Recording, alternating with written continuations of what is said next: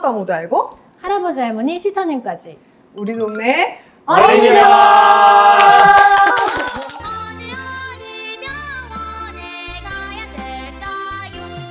지난 시간에 이어서 오늘도 산소형제TV의 이재일 선생님과 이재현 선생님 모시고 또 육아에 관한 이야기를 나눠보려고 합니다. 두 분 채널 영상 중에서 제가 되게 집중하고 봤던 채널이 있는데요. 바로 저출산, 그리고 저출산을 해결하기 위해서 여러 가지 정책들이 나왔었잖아요. 그거에 대해서 토론하는 영상들이 몇 가지 있었죠. 그래서 그걸 되게 집중해서 봤어요. 뭐 정책 전문가는 아니어서 정책이 자세히 어떻다라고 말하기는 조금 어렵지만 그래도 실제 육아를 하는 입장에서 그리고 분만의 현장과 굉장히 가까이 있는 산부인과 의사, 소아과 의사 입장에서 그런 정책들이 정말 실효성이 있을지 한번 저희 나름대로 분석을 하는 영상들 몇 개 그런 기회를 가졌었습니다. 현실과 너무 동떨어진 것들이 많이 나와가지고 아 이거는 우리가 가만히 있으면은 직무유기다 이렇게 생각이 들어가지고 그런 정책이 나올 때마다 그리고 새로운 뭐 통계가 발표될 때마다 작은 목소리라도 좀 내려고 영상을 좀 꾸준히 만들고 있습니다. 여기 이제 소아과 선생님 두 분, 그리고 이제 선생님 신생아 중환자실 계시고 네. 산부인과 전문이시고 저는 이제 소아정신과 전문이다 보니까 실제 진료실에서 아이들과 부모님들을 매일매일 이렇게 만나보고 있잖아요. 그러다 보니까 또 그분들의 아이 키우는 데 있어서 혹은 둘째를 생각하는 데 있어서 여러 가지 얘기들을 듣다 보니까 좀 할 얘기들이 있는 것 같습니다. 네. 그리고 자칭 출산 장려 유튜브를 운영하고 있죠, 저희끼리. 댓글로도 저희가 이런 얘기들을 많이 듣다 보니까 풍부한 얘기들을 할 수 있을 것 같아요. 그래서 오늘은 요즘 예비 부모님, 또 아이를 키우고 계신 부모님들이 출산 그리고 육아에 대해서 이제 어떤 걱정을 하고 있는지, 이런 정책들에 대해서 어떤 생각과 어떤 마음을 가지고 있는지 저희들끼리 얘기를 나누는 시간을 가져보도록 하겠습니다. 두 분은 이 저출산이라는 게 굉장히 여러 요인들이 있잖아요.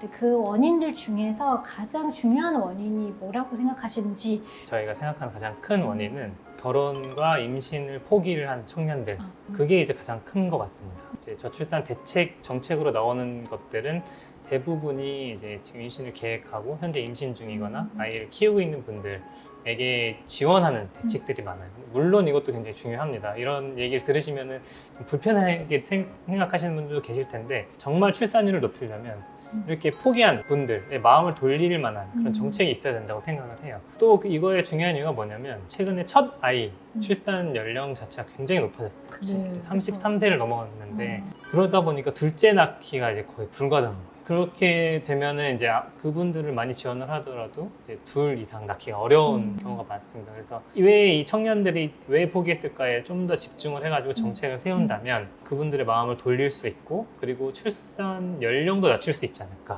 그래서 이제 20대부터 첫째를 낳기 시작하면 이제 둘째, 셋째도 가질 수 있는 여유가 생기지 않을까 이런 생각을 좀 합니다. 그래서 중요한 원인에 대한 고민이 좀 빠져 있다 이렇게 저는 생각을 좀 하고 있습니다.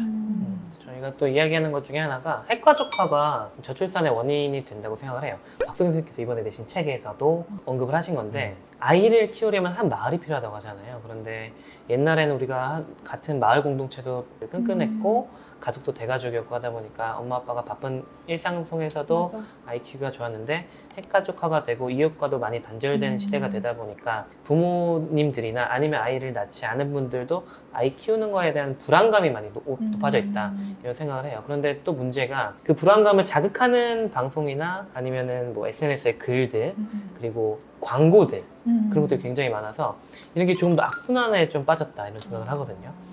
지금 정책들은 뭐 임신한 사람한테 그렇죠. 뭐 돈을 네. 준다든가 이런 거잖아요. 맞아요. 네. 근데 그 결심을 하게 만들고 그 나이대를 좀 당기는 게 사실 그러면은 네. 필요하죠. 네. 거잖아요. 그럼 어떻게 해요? 그러니까 결국에는 통계에도 나오지만 맞벌이 부부가 점점 더 많아지고 있고 지금 이제 신혼부부의 절반까지도 맞벌이를 하고 있는 상황이고 일과 양육, 양립이 해결이 돼야 되는 문제인 것 같아요. 근데 이거는 이제 돈으로만 해결할 수 있는 건 아닌 것 같고 사회적인 분위기도 필요하고 제도적인 정책 변화도 많이 필요한데 올해 2024년 6월에 나온 출산 대책에서도 일과 양육의 양립에 대한 정책들이 발표가 됐는데 이게 굉장히 잘못됐어요. 이게 어떤 식으로냐면은 아이 돌봄 시간을 확대를 해버렸어요. 아침 7시 반부터 저녁 7시 반까지 어린이집을 열어주겠다. 아프면 대신 봐주겠다. 이쪽 방향으로 가면 안 되고 아프면은 언제든지 집에 가라. 방학이야? 그럼 집에 가서 이제 애들이랑 시간 보내. 이런 식으로 가야 되는데 이제 정책이 거꾸로 가고 있는 거예요. 아파도 네. 넌 신경 쓰지 마라 네. 안 해요. 그 뭐 이래라. 이렇게 보면. 네. 이래라. 이래라. 그리고 이거를 공식화해버리면 사용자 입장에서도 노동자한테 그걸 요구를 할 수가 있게 되는 너 거야. 그거 쓸 수 있잖아. 왜 안 썼어? 뭐 이렇게 다른 할 사람 수 보내면 있지. 되잖아. 그러니까 일단은 맡겨 이런 식으로 갈 수 있는 사회적인 분위기가 형성이 될 수 있기 때문에 저는 이거는 굉장히 잘못됐다고 생각해요. 그럼요. 네, 그래서 이게 먼저 해결이 돼야 된다. 어, 만약에 그렇게 바꿀 수 있다면 일하면서 아이도 볼 수 있구나. 마음 편안하게. 네, 분위기가 형성이 되면 그럼 나도 이제 한번 네, 해볼까? 네. 이런 느낌이 언제든지 할 수 있지 않을까.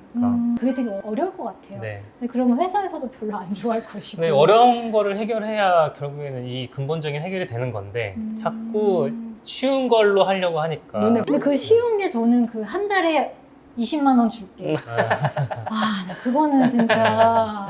그러니까 그게 되게 쉽잖아요. 쉽고 그쵸, 네. 눈에도 잘 보이고 뭔가 모두에게 돈을 주는 거니까 형평성에 어긋나 보이지 않고 막 그러니까 이런 걸 좀 많이 정책으로 내놓는 것 같아요. 근데 이게 물론 경제적인 지원이 되게 중요한 거긴 해요. 아이를 키울 때. 근데 이런 정책들이 사실 아이를 키우는 입장에서 좀 힘 빠지긴 하거든요. 아, 나 이거 때문에 애 낳은 거 아닌데. 사실 어. 그런 거는 내가 애를 낳기로 결심을 한 다음에 이런 게 있었네? 하고 뭐 음. 기분이 잠깐 좋을 수는 있겠지만 이것 그것 때문에 결심을 아니, 바꾸진 아이를 않잖아. 낳진 않잖아요. 근데 이제 한편으로는 경제적인 이유로 아이 가질 생각을 못 하시는 분들도 계시니까 네. 그래서 저는 어떻게 보면 경제 지원 대책이 효과가 없다고 느껴지는 게 규모가 작아서라고 생각해요. 아기를 낳으면 경제적으로 손해라는 인식이 너무 강하기 때문에 맞아요. 그거를 선생님께서 맞아. 말씀하신 것처럼 그걸 뒤엎을 만큼 주든지 음. 아니면은 이렇게 찔끔찔끔 줘서 기분 나쁘게 하지 말든지. 선진국 같은 데 보면은 실제로 아이들이 아팠을 때 국가에서 케어를 해주는 게 굉장히 많잖아요. 일본에는 병아보육 시스템이라는 게 있어서 어린이집에서 아픈 애가 있으면 소아과로 콜이 가요. 진료를 보고 소아과 안에 병아보육 시스템이 있어서 격리를 해서 이제 따로 돌봄을 받을 수 있는 시스템을 신청할 수 있는 게 있더라고요. 근데 그게 너무너무 좋아 보이긴 했어요. 이게 우리나라에서 현실적으로 맞는지는 모르겠지만. 아, 그러면 실제로 이제 다들 아이를 키우셨으니까 아이를 키우면서 이런 프로그램을 혹은 정책이 나한테는 진짜 좀 좋았다. 그런 게 있으실까요? 이번에 상 받은 거 있잖아요. 조이기 댄스인가? 뭐라고요? 쪼이기 댄스? 상 받았어요? 무슨 상 받았어요. 나라에서 보는 시각은 그런 거예요. 저는 개인적으로 그렇게 도움이 된 게 없어요. 저는 다둥이 기준이 맞아 줄어들어서 맞아. 갑자기 다둥이 아빠가 돼가지고 어린이집 순위가 올라간다던가 다둥이 뭐 카드라고 나와요. 맞아요. 카드. 할인 같은 거 받을 수 있고 뭐 어디 입장할 때도 좀 할인 받고 이런 게 좀 있어서 근데 이제 애들 태어날 때쯤에는 정책이 많이 없어가지고 다른 건 많이 없었고 요즘에 나온 것 중에 이제 좀 환영할 만한 거는 남편의 육아 참여를 좀 유도하는 것들 배우자 출산 휴가가 이번에 좀 많이 확대가 됐거든요. 한 20일로 많이 늘었으니까 네. 그런 거는 좀 좋은 것 같아요. 이제 좀 더 계속 확대하는 방향으로 가야 될 것 같다. 그리고 확실히 많이 변하고 있는 것 같긴 해요. 저희 남편 육아휴직 했는데 그때 회사에서는 육아휴직 한 사람이 손에 꼽을 정도였어요. 근데 이제 지금은 더 많아진 거예요. 맞아요. 그래서 이제 변화하고 있긴 한 것 같아요. 이게 되게 사소한 프로그램들이 좀 많이 이렇게 알려졌으면 좋겠어요. 제가 이제 부모님들 만나러 많이 다니잖아요. 강연이나 이런 데 다니면은 보건소나 육아종합지원센터가 생각보다 되게 많이 있어요. 어떤 데 가면은 정말 1층부터 5층까지 너무 잘 꾸며놓고 맞아. 엄마 아빠가 강연을 듣는 동안 아기를 따로 아이를 봐주세요. 네. 맞아. 그리고 이제 산모를 위한 필라테스라든지 엄마가 잠깐 쉴 수 있게 봐주면서 또 그동안 운동할 수 있게 이제 그런 것들이 생각보다 많은데 이제 이런 것들을 아시는 분들은 또 되게 잘 잘 아시는데 이용하시는 모르시는 분들 또 어. 너무 모르시더라고요. 그런 걸 좀 알리는 것들이 많아졌으면 좋겠어요. 그리고 알려야 뭐 될 것 같아요. 육아종합지원센터도 이제 선생님이랑 저랑 이렇게 온라인 상담을 했었는데 그런 것도 온라인으로 전문의한테 또 질문도 할 수 있고 할 수 있는 서비스들이 생각보다는 꽤 있더라. 있는데 홍보가 잘 안 돼. 네. 네. 저는 이제 부모자분들한테 많이 추천하는 프로그램 중 하나가 이제 장난감 대여. 맞아요. 장난감. 우리 애가 뭘 갖고 노는 게 재밌는지 모르겠어요. 그래서 다 사시는 분들 되게 많거든요. 당근도 되게 힘들잖아요. 아 근데 그것도 되게 부지런해. 저는 장난감 대여 있는 건 알았지만 그거를 가서 대여하고 맞아요. 그것도 되게 근데 요새는 이제 그 집으로까지 배송도 돼요? 배송도 되는 데도 있고 해서 그런 걸 좀 피드백이 좋다 그러면 좀 확대하는 정책들도 많이 좀 폈으면 좋겠다는 생각을 했어요. 네. 근데 진료실에서 선생님 이런 얘기도 좀 듣지 않아요? 뭐 첫째 진료 보러 왔는데 둘째 고민인데 가끔씩 이제 저한테 물어보시는 분이 있어요. 선생님이 만약에 그런 질문을 받는다 어떻게 대답해 주세요? 저는 아이가 이뻐서 아니면은 예쁜 아기가 그리워서 그런 선택이면 조금 힘들 수도 있다. 오히려 힘들어도 괜찮다라고 생각하면 나라.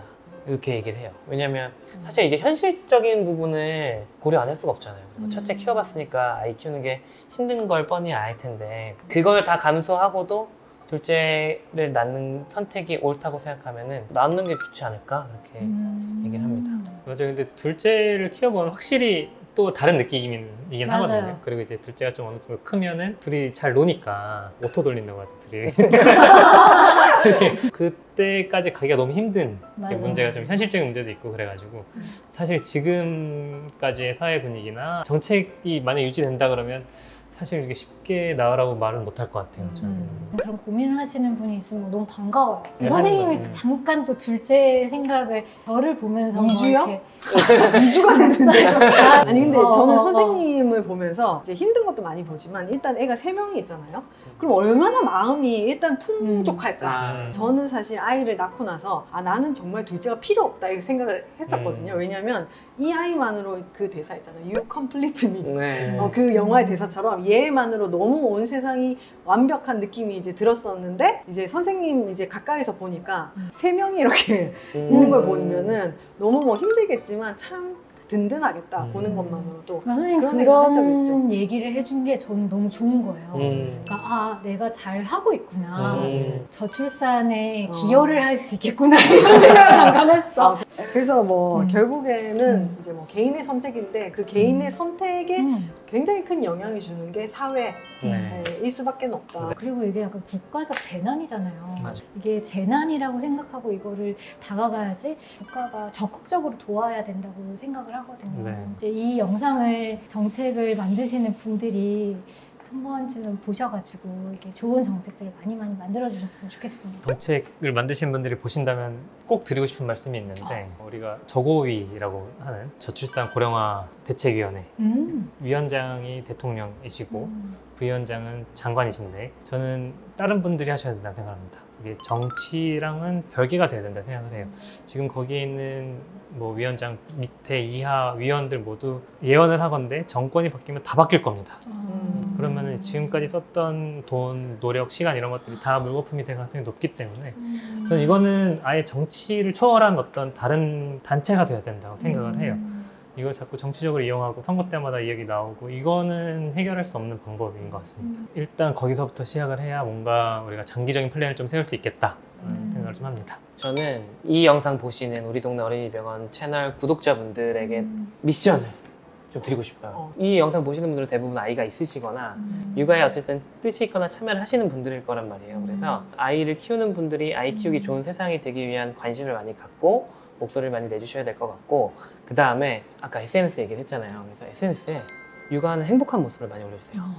마음을 풀긴 해야 되지만 좋은 거, 자랑 좀 많이 해주시면 그걸 보시는 아직 미혼이시거나 아기를 낳기 전인 분들이 아이 키우는 가정에 대한 생각이 조금이나마 바뀔 수 있지 않을까 생각합니다. 그러니까 저출산도 지금 우리한테 큰 의미가 없을 수 있어도 자라나는 자라는 이제, 아이들한테는 정말 재앙 큰 같은 문제예요. 거잖아요. 네. 그래서 그렇게 좀 큰 그림을 우리가 함께 볼 수 있다면 더 좋지 않을까 그런 생각을 해봤습니다. 네.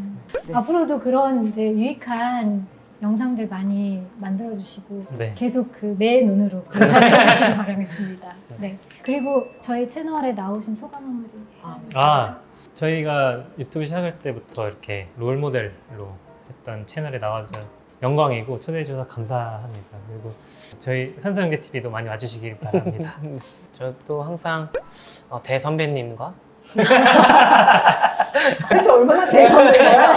나이 차이가 얼마나 나는 거야? 이렇게 안 나요. 자리하는 것만으로도 영광이지만 저희 채널 홍보 하나 하자면 박소영 선생님과 제가 또 영상을 찍었으니까 오셔서 한번 또 재밌는 이야기 들어봐 주시기 바라겠습니다. 오늘도 좋은 말씀 감사합니다. 다음에 또 봐요. 안녕.